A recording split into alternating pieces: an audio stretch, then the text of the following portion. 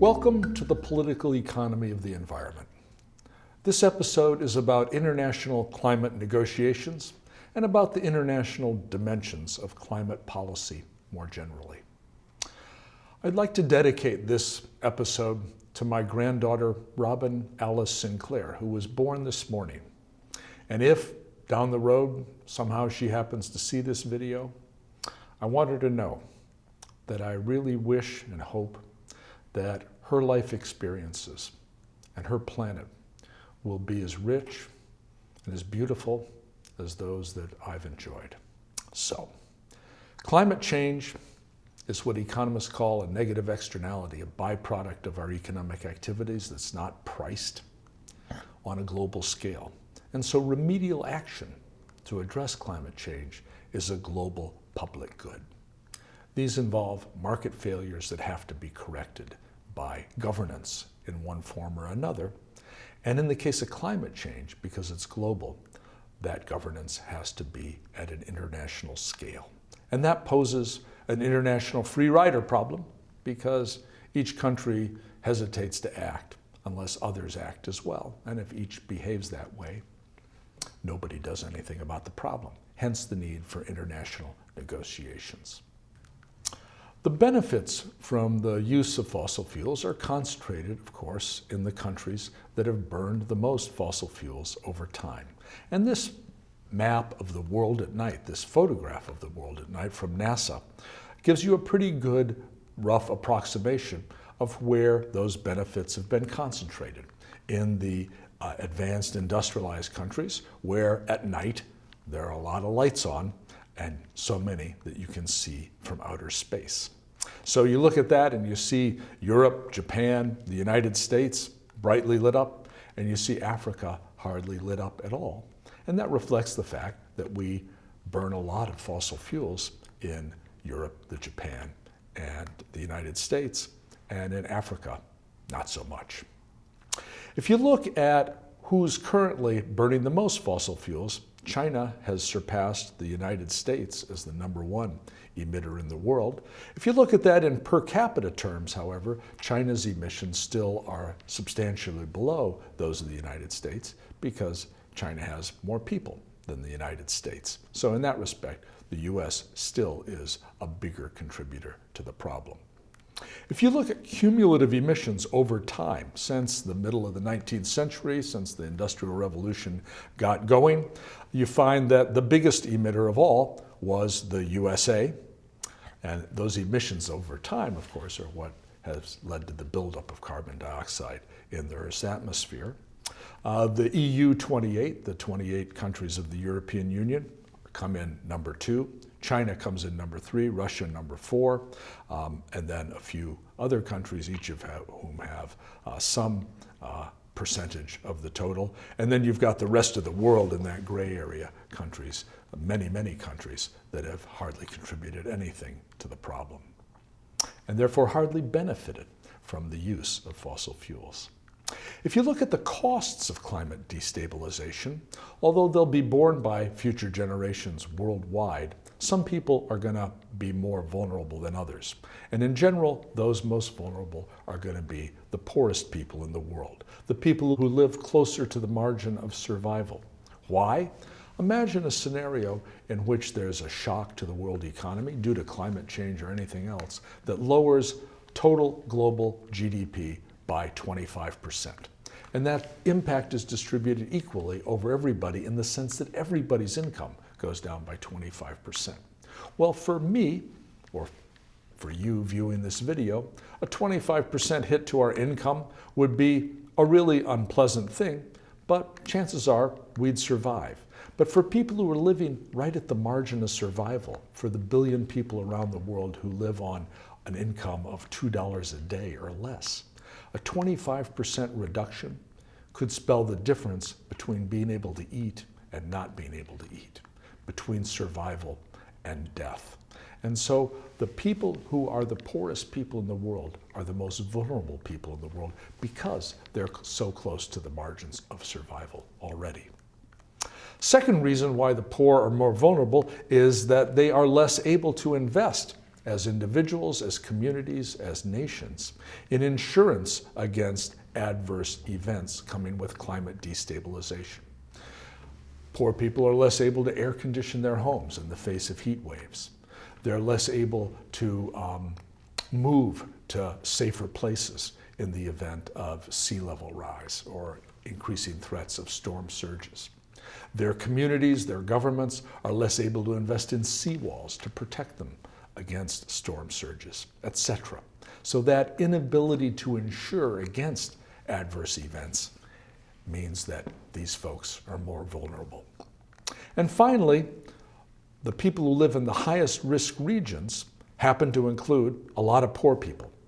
Many of the climate models suggest some of the worst drought effects associated with climate change will be in sub-Saharan Africa and countries that are home to some of the poorest people in the world. And that the impacts of sea level rise and increased hurricane intensity and the storm surges that result from that combination are going to be felt most acutely in coastal Asia, which includes, again, some of the poorest people in the world. And so for all these reasons, the impacts of climate change won't be distributed equally among everybody.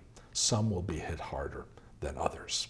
And in general, as we alas find so often in the case of environmental harms, those who bear most of the costs are different from those who've reaped the benefits of the activities which created the problem.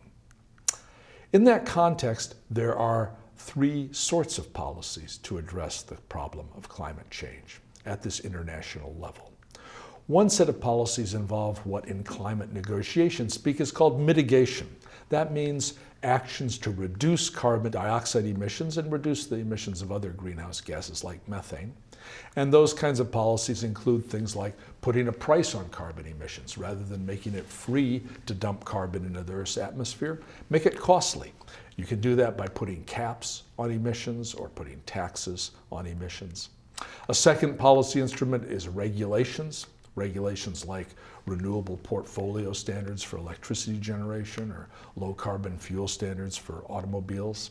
And a third policy instrument is public investment, investments in things like mass transit so that people aren't as dependent on fossil fuel intensive modes of transportation.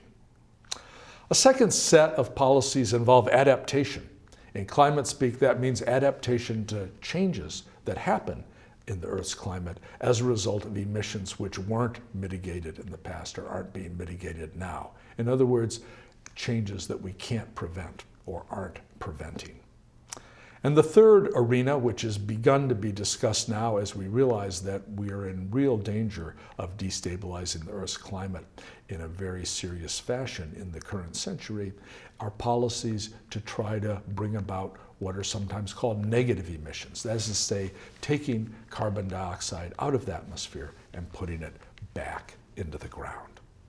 And I'll have a few words to say about each of these, focusing on mitigation because that's been the main thing at stake in international climate negotiations. Those negotiations take place under the umbrella of something called the United Nations Framework Convention on Climate Change, or UNFCCC, the international treaty that established the framework for international negotiations to address the problem amongst the governments of the world.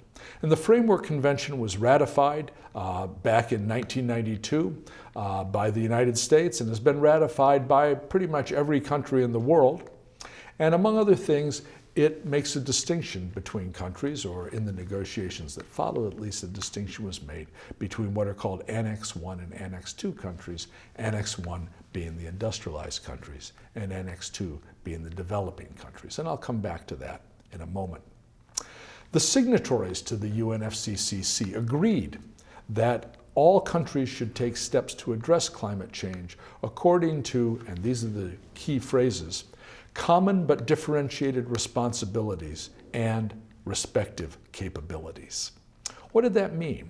It meant that the countries of the world all have an obligation to try to address this problem, but that their obligations, though held in common, are differentiated by their responsibilities for having created the problem. In other words, those countries that have pumped most of the CO2 into the atmosphere have the greatest responsibility to deal with the problem. And respective capabilities means that some countries are better able to address this challenge than others because they're richer and more capable of financing the investments, the research and development, the innovation that will be needed to move forward in a clean energy transition. In other words, this language in the Framework Convention Treaty that the United States and other countries are parties to, that has the force of international law, embodies the principles that the obligation is on the richest countries in the world to take the lead in addressing the problem that they created and that they're better positioned to solve. In other words, it's set up to avoid this scenario shown in this cartoon where the rich countries tell the poor countries, hey, you can't emit any more carbon because you need to protect us from the greenhouse effect. It's the countries of the world that have to act together, and it's not those who have contributed least to the problem that should be called upon to do most to address it. Under the terms of the Framework Convention, every year since 1992, there's been an annual conference called the Conference of Parties, where the governments of the world, the representatives of their governments, get together to try to implement the goals set out in the Framework Convention. And the landmark agreements reached by those negotiations include the Kyoto Protocol, reached in 1997 when the Conference of Parties took place in Japan, in which the signatories agreed that the Annex I countries, the advanced industrialized countries, would meet binding emissions targets that would reduce their emissions by a substantial percentage, I mean reasonably substantial, 7%, 6%, compared to 1990 levels by the year 2012. And the Annex II countries didn't have binding emissions reductions targets. They would do the best they could. But the idea was that the principles of common but differentiated responsibilities and respective capabilities meant that it was the advanced industrialized countries that should move most aggressively to reduce their emissions. That treaty, ultimately, though the U.S. helped to negotiate it, the U.S. did not sign it, did not ratify it. And it expired in 2012. And it took a while to come up with a replacement for it because countries were deadlocked in negotiation over who should cut their emissions, how much, and how binding those targets should be. And the outcome in the end was the Paris Agreement in 2015 when the Conference of Parties met in Paris, where in the absence of being able to resolve the question about how emissions rights should be allocated amongst the countries of the world. Instead, the solution was, for the time being at least, just to have each country voluntarily say what it would do to reduce its own emissions. And these individual country contributions are called Intended Nationally Determined Contributions, or INDCs. Each country put forward plans for how and how much it would reduce emissions. They agreed to the overall goal of holding the increase in global temperatures above pre-industrial levels to well below 2 degrees Celsius. And some of the smaller countries, the island countries in particular, wanted to have a limit of 1.5 degrees. So the effort would be to reach that limit. But, and this is a big but, there are no enforcement provisions in the agreement, no penalties for those countries that don't meet their stated intentions. And moreover, if you add up all those intentions together, they wouldn't be adequate to achieve the kind of trajectory of emissions reductions that we would need to fulfill that goal of holding mean temperature increase in the 1.5 to 2 degrees Celsius range. Given these shortcomings of the international negotiations on carbon mitigation so far, it's important to think about no regrets policies, policies that countries could undertake on their own that would make sense from their own standpoint regardless of what other countries do, because by cutting their use of fossil fuels, they could achieve better air quality, better public health, what are called air quality benefits for their own population. They could, by putting a price on carbon and returning the money to the people as equal dividends to every woman, man, and child. They could improve the economic well-being, the income, the money in the pocket of the majority of the people. And because job creation, the employment benefits of moving forward with the clean energy economy would push forward green growth as a way to improve people's economic well-being. For all these reasons, there's scope for countries to undertake ambitious policies to reduce their use of fossil fuels, regardless of what happens in the international negotiations. And I think an important thing is to try to lift up those no regrets policies, the benefits that come from them, as a way to try to keep moving forward, even as the international negotiation process cranks along. Turning for a moment to adaptation, there's some big questions there too. And the two biggest questions are the cost, who will pay for adaptation, for building walls to protect against sea level rise, for example, or cooling centers for people to survive heat waves. And where will the benefits go? Who and what will be protected? The allocation of adaptation resources, both within and among countries, is going to be a really big issue. Are we going to protect expensive urban infrastructure, or are we going to protect poor people who are exposed to hurricane and sea level rise and the storm surges that come from the combination of the two? Are we going to protect Manhattan or Mumbai, or are we going to protect poor coastal communities? Those are issues that really have yet to be clearly addressed in the discussions of adaptation. The right to a clean and safe environment would suggest that we ought to protect the most vulnerable people in the world. On the other hand, the so-called efficiency criterion that mainstream neoclassical economists recommend as a basis for resource allocation would suggest we ought to protect the most valuable assets and the most valuable people. And given that the money available for adaptation is going to be limited, how those resources get allocated will turn out to be a really important question. Finally, let me say a word about negative emissions.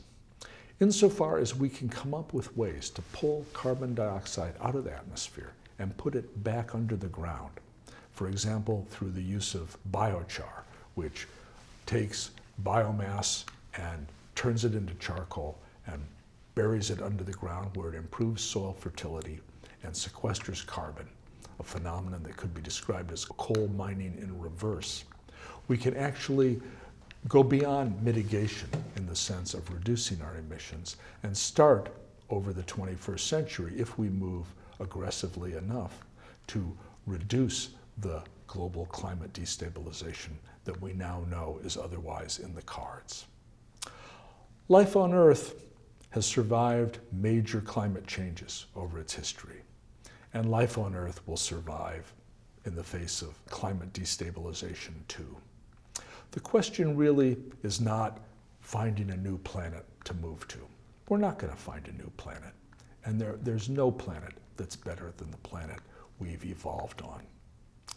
The question is, how much suffering will we inflict on future generations by failing to move quickly to phase out the use of fossil fuels and complete the clean energy transition? And the answer to that is up to all of you. Thanks very much.